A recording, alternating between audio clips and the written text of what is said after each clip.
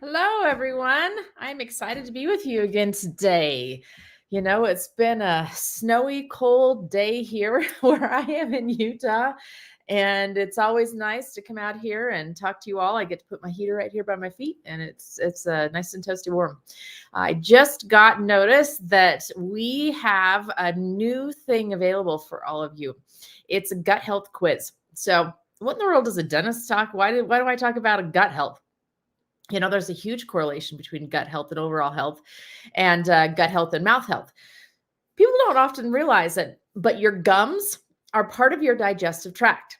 They're the starting point of the digestive tract. If you think about it, think about your gums, think about how they continue on down the esophagus into the stomach and all the way through. So it's the first part of your digestive tract. Not only that, but if your gut isn't operating properly, it actually has a lot of effect on your teeth. So the body itself is very good at regulating itself. It's very good at regulating intake and uptake and needs, and it will prioritize certain needs over others. So if you think about the absolute essential things that are required for you to stay alive, it's your brain to keep firing, it's your heart to keep pumping. These things absolutely have to happen, or we don't stay alive, or we die. Well, there are certain things in the body that we can actually live without. This is why we're able to do things like remove a gallbladder, and yet we still are able to survive. I lost my appendix when I was 16 years old, but I'm able to still survive. So some things we can live without. And unfortunately, I don't necessarily think that I agree with this, but teeth are one of those things that you could actually live without, because there are people that do, right? There are people that live without them. We don't live as well without them, but you can live without them. So the body will prioritize. If it doesn't have enough minerals and nutrients for the brain, the heart, all these functions to work, it will find them where they can in the body. And one of the ready-made banks of minerals is your teeth. So if you're getting a lot of tooth decay, it may simply be because you are not getting enough nutrients to run your body properly. So your body is stealing them from your teeth to feed the rest of you. Now, why in the world would you not have enough nutrients? Well, the first is if you're not eating enough. So this goes back to diet. What are you eating? Are you eating nutrient-rich foods? However, this is trickier than it's ever been because the way our food is grown today. And I know there's a lot of talk about this, but simply this is it. I'm a huge gardener. I understand the way food grows. And a plant can only get the nutrients that the soil provides it with. That's how the plant gets the nutrient. Think about it. The plant starts from just a teeny tiny seed. There's not very much in there. So it has to get all of its other nutrients through the soil, from the soil that it's grown in. Well, commercial agriculture, what they do is they actually have fed the plant, but not the soil. So they make the plant grow, but the soil doesn't have any nutrients. So then our bodies don't get the nutrients we need. So that's one of the reasons. The plants just don't have as much food in them as they used to. Number two is if the gut isn't working properly, if it's not absorbing properly. So the gut health guide, what does it do? It identifies this problem. It says, all right, is your gut working? It is a very simple test, that it might guide you through. But I walk through a whole bunch of different questions. Do you have this? Do you have this? Do you have this? Do you have this?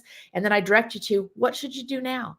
So if gut health is a problem for you, if you have indigestion, bloating, acid reflux, if you get a lot of tooth decay, a lot of cavities, if you have pain or indigestion, I had years, literally decades with this. So pain or indigestion, constipation, diarrhea on the opposite end, any of those just discomfort things, feel like you're not getting the nutrients you need, any of those things, go take the quiz and it's going to walk you through what do you do about it. So that's super exciting for me. I love having that available. All right, a couple questions coming through.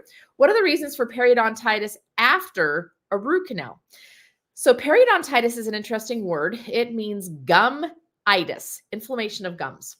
So periodontitis after a root canal would simply mean that, and the gums continue all the way around the tooth. So really it's considered all the ligament surrounding the tooth is also part of the periodontium, or the gum tissue. So if you have inflammation in that tissue, that ligament surrounding a tooth after a root canal, what are the reasons for it? Inside of a tooth, there's a main canal. That's why we call it a root canal. There's a main canal. It houses the nerve and blood vessels of the tooth. Well, if that tooth has died or is dying and is infected for whatever reason, that nerve itself will die and the blood vessels will as well. So a root canal is done by removing all of the nerve and blood vessels on the inside of the tooth and then filling it up with a plastic-like material. It's called gutta percha. It's what it's filled up with. The problem is that's not all that happens in the tooth. There's the main canal, but there's little tiny feeder channels that go off of that main canal. And it makes sense. Of course, there have to be little tiny feeder channels. It's just like your fingers have capillaries. There's the main blood vessels, and then there's the tiny ones that get all the way out to, the very end of the finger. Same thing happens in the tooth. We wouldn't be able to get nutrients and minerals all the way out to the outside of the enamel if there weren't little tiny tubes that all the way, come from the center canal all the way out to the outside of the tooth. Those are too little to clean and they're too little to fill. So dead tissue stays in those little tiny canals. And if dead tissue stays, bacteria always find it. Bacteria always find dead stuff. So bacteria find it. They start eating away the bone around the end of the root. And this is what causes that inflammation. Infection equals inflammation around the end of the root. That's what this caused from. So I'm going to go to the next one. Do hormonal issues cause any TMJ issues?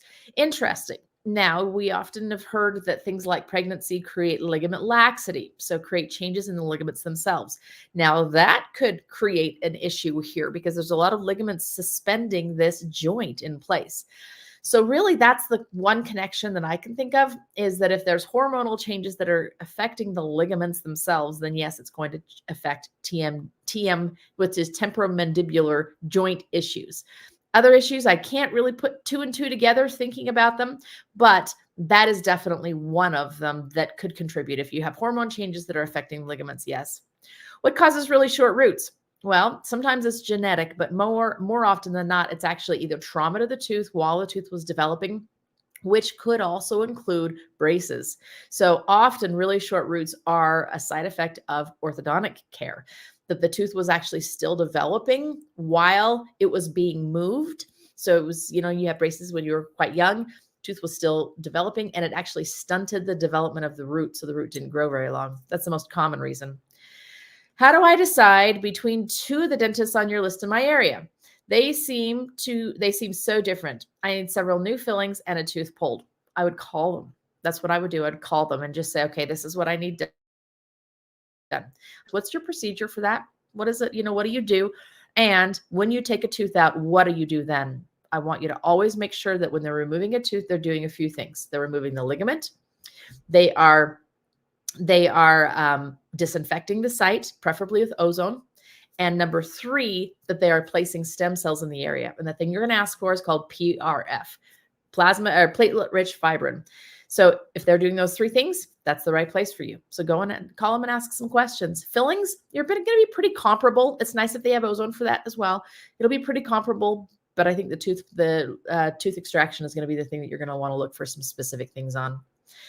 Okay, if I had braces. So yeah, from short roots, I had braces. Will it ever repair itself? No, unfortunately, no, because the tooth development stops at a certain phase. This is why we don't keep growing teeth. Like, horses, they can keep filing down the teeth. The teeth keep growing. Ours don't, unfortunately.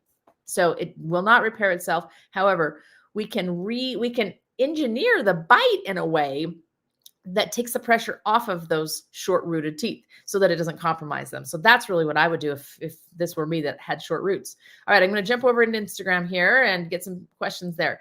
All right, can we use the Just Ingredients toothpaste if you have had silver fillings since it has bentonite? I've actually been researching this just this morning. Thank you for asking this question. So it's interesting because bentonite clay it's the way it's charged. So everything has a positive, negative charge. The way it's charged, it actually does pull things from surfaces, from different areas in our system. So bentonite clay does and can pull metal out of these fillings. But here's the cool thing. It does something called adsorption, where it hooks to that thing and it doesn't unhook. So bentonite clay will hook to mercury, but it will also escort it. It will continue to stay hooked to that all the way out the body. So it's been used and it's shown in research articles to be very useful in instances of people who have metal poisoning, metal problems with lead, mercury, cadmium. They talked about a few different ones in the study that I was reading. So it's actually beneficial. So will it pull mercury from those fillings? Most likely, yes. However, so is chewing. So is biting, so is talking, so is putting your teeth together, and in these toothbrushing, all of those things are doing it. So yes, it will, but the added benefit of bentonite is it's going to grab onto whatever it pulls out and it's going to escort it out of the body. So it's actually going to help detox you. Now, will it just get rid of all the mercury? No, because it's impossible. You can't just pull it all out wherever the filling go. But it's okay to do it in the, in your plans basically of going to get that eventually removed entirely. But it will pull mercury out, but it's going to escort it out of the body on its way of pulling it out. So it's a good benefit. Why ceramic implants? Great question, because I am big on ceramic implants. Well, there's a couple of different reasons. The first reason, well, most implants that have been done in the last 50 years are titanium. Titanium's a metal.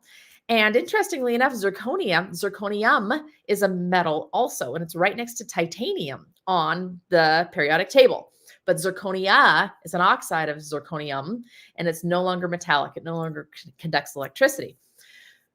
So we use zirconia for implants. They are not metallic. They don't, again, conduct electricity. That's the problem with titanium for a couple of different reasons. Number one, it does affect electron flow in the body and in the system. And your brain's right here and metal here could be a problem because it does create a slight battery in the mouth. Saliva is a really good conductor, and it conducts electrons away from teeth, away from that implant into other areas, and it throws off electron flow. So just literally the literal cellular energy that we have in our bodies. And right now I am writing a book proposal all about cellular energy coming January 2025, hopefully, pitching it to publishers next week. So I'm all about cellular energy right now. I know all about this. But anyway, titanium, that's one of the reasons, is it just throws off your electrical system. Like your brain's electric, your heart's electric. It throws the system off when we put metal in the system. Second issue, there's a lot of titanium in the world today. So we don't understand this and don't know it, but like the hard candy coating on Skittles and M&Ms is titanium oxide. Crazy, huh? It's in sunscreen. It's in cosmetics. It's in things that are white. So it's in the bags that you get from Walmart. Like the printing on the outside is titanium dioxide. It's in paints.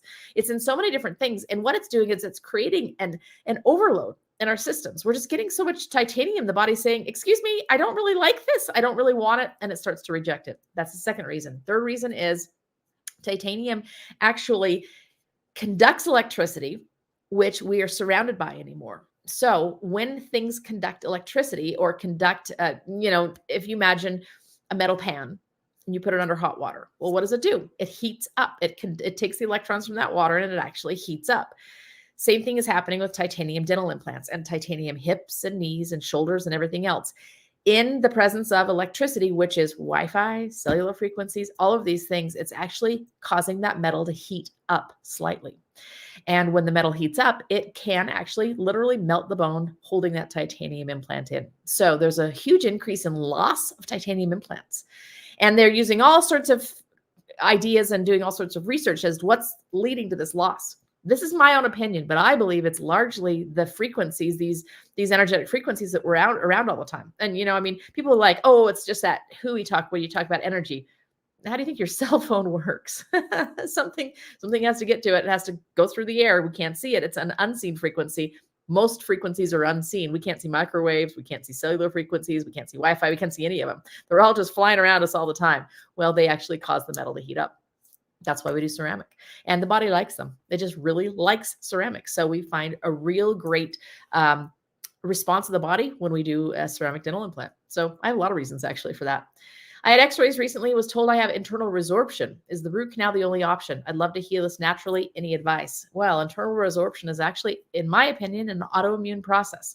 Your body is dissolving your own tissues. So you're going to treat this the way you would treat any autoimmune process. So you're going to try and calm down your immune system, boost your immune system. So anything that's going to be an immune booster, oregano, garlic, all of these things, elderberry, add all those things, especially this time of year, lots of vitamin C. You're going to boost your immune system as much as possible. I have yet to see someone turn this around, unfortunately, but you might be the first person, which would be awesome.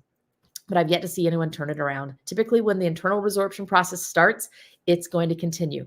Now, you can slow it down. I've had people with internal resorption happening for 10 years without a symptom. So you can slow it down. You don't need to do a root canal right now if you have no symptoms.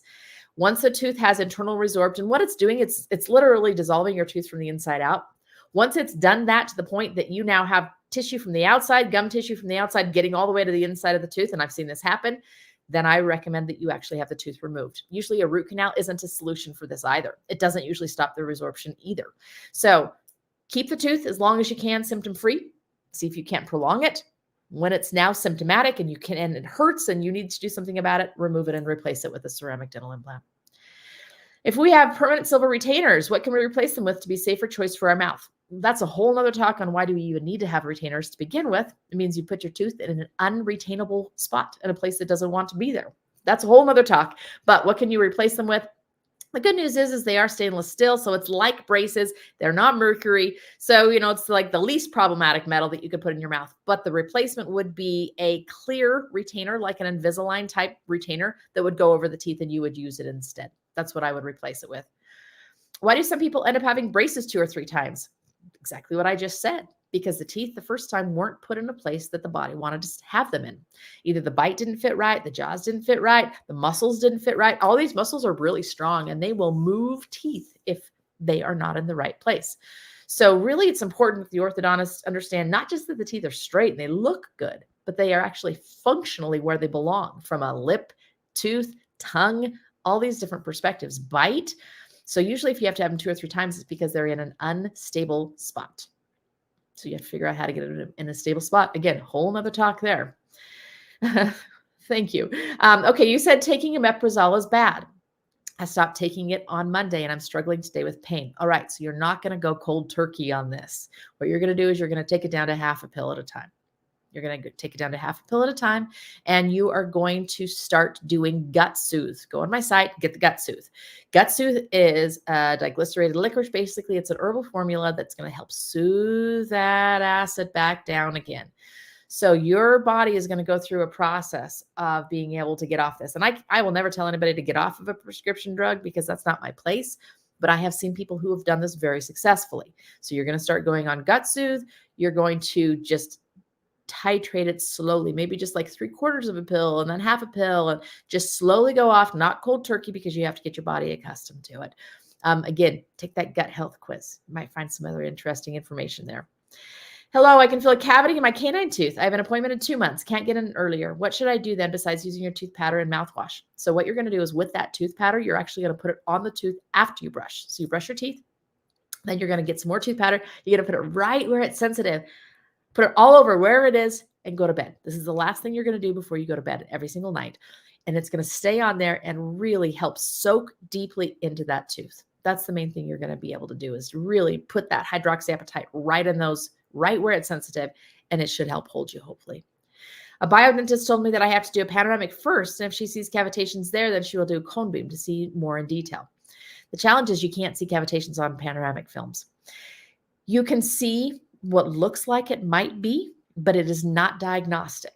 So there are many times where I would look at a panoramic film and then I look at a cone beam CT scan. I see them on the cone beam. I don't see them on a panoramics. So no, I just go, there's no reason to take both scans. I just go straight to the cone beam because you're going to see everything on a cone beam that you'd see on a panoramics plus way more. So to me, it makes no sense to take the panoramic film first because you're going to see everything on the cone beam plus. So that's in my hands. That's in my opinion. Is it bad to wear plastic retainers? My teeth move without them. Man, this has been the topic today, hasn't it? Teeth moving without retainers. It means they're in a non-stable spot. Apparently, we need to do a whole thing on this. Is it bad to wear plastic retainers? No. It's plastic, and there's all sorts of talk about plastic and all those kinds of things, but it does keep the teeth in the place that you would like them to be in. So for now, we're going to stop it right there. The talk right there is go ahead and use those plastic retainers. I'll do a lot more education on what do you do instead to keep teeth where they're supposed to be.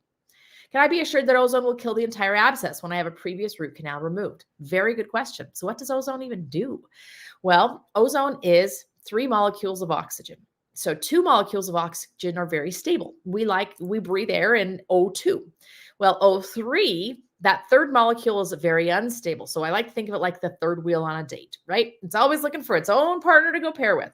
So it's very unstable. It's going to go find something to bind to. It cannot bind to our healthy cells, but it can bind to all microbes. So it doesn't matter what they are. Bacteria, virus, fungus, parasite, doesn't matter. It's going to be able to bind to them. When it binds to them, it oxidizes them. And oxidizes them basically means it breaks them apart. Once it breaks them apart, all of the guts, there's literally hydrogen peroxide inside of these microbes. Their guts then spill out onto all of their neighbors, and it proceeds to kill all the neighbors. And then each neighbor had its own gut spill out onto the next neighbor, and it proceeds to kill all of them. So the coolest thing about ozone is not only do you not need to know what bug you're killing, because it's going to kill them all, but it's also going to kill it far away from the site we're actually treating. So let's say your tooth is here. And sometimes I had people during surgery who in the middle of surgery, when I'm doing the ozone portion, they go, ow, ow, ow, ow. And I'm like, oh no, what hurts? What hurts? Oh, it hurts right back here behind my shoulder. Seriously, because the ozone was spreading all the way back there and killing all the bacteria on the way. So can you feel, confident that's going to happen? Yes, you can. Ozone's incredible this way. And there's also other things you can do. You can do an IV antibiotic as a backup and things, but it's incredible. Can autoimmune psoriasis affect my oral health? Always has poor oral health, even though always brush and floss. Absolutely, because psoriasis is a skin disease. And so it's going to affect the tissues here in the mouth as well. So 100%, you need to focus on your immune system. You can overcome a lot of the symptoms of any autoimmune disease, which psoriasis is an autoimmune disease. It's your body attacking itself. So you need to really focus on your immune strength. It can show up in your mouth, and your mouth can affect it as well. So make sure that there's no infection or reason for this inflammation coming from the mouth. Make sure of that. Small dent on top of my 7-year-old molar. Should I cover it or is there time to remineralize it? If it's just a dent, remineralize it. If it's decay that's deeper and past the enamel layer, then it's time to fill it. That's the key. How deep is that area? Are titanium implants ever recommended over ceramic? I'm about to get a root canal extracted and an implant placed. The only time in our office, we probably are 97% ceramic. The only time we would do a titanium is if there is not space for a ceramic. And typically it's right down here. On these lower front teeth, they're so narrow, and they don't make ceramic dental implants that narrow. So sometimes people will choose to do that. Oftentimes we just do what's called a winged bridge in the area instead of doing an implant at all in that situation. So really, there isn't. Titanium, I will tell you, it does integrate quicker. And in a lot of surgeons' hands, they find better because they don't know exactly how to handle it. So this is an evolving and developing, area in dentistry. Find somebody who's been doing them because they will work in their hands. They know what to do. If I have to get dentures, will I taste my food and still live long? That's a hard one. Dentures do change because you can't, the roof of your mouth is covered, and a lot of taste buds are in the roof of your mouth, but you still taste, like you still have your tongue. And will you still live? Of course you can still live. And obviously, if this is your only choice, it's your only choice. And sometimes infection in the mouth is a worse choice than a denture. So if this is your choice, then feel good about it. You're okay. You'll be okay. You'll be able to still eat. Not as well, but you'll still be able to eat. How can some people go without knowing they have an infection, and then some people go sepsis? Great question. It's all about immune strength. So is my immune system the same as yours? No. And what has my immune system been, buffeted with, had issues with lately versus yours? Who knows? So many things affect our immune strength. And so are we able to keep it at bay? Do we have soldiers to keep coming fighting it? Or are soldiers fighting a whole bunch of other things, and so that infection goes crazy? So it's all about your immune strength. The doctors don't do anything for us. The doctors don't heal us, myself included. Your body does the healing. We just have to provide it the environment to be able to heal. I had a CBT. I've been having a tooth extracted. That's the very back tooth on the bottom. Can I just leave that space empty instead of getting an implant? Absolutely. In fact, I recommend that frequently to people. Just leave it out. See how you chew. If you really miss it, then you can replace it later, but easy one to leave out.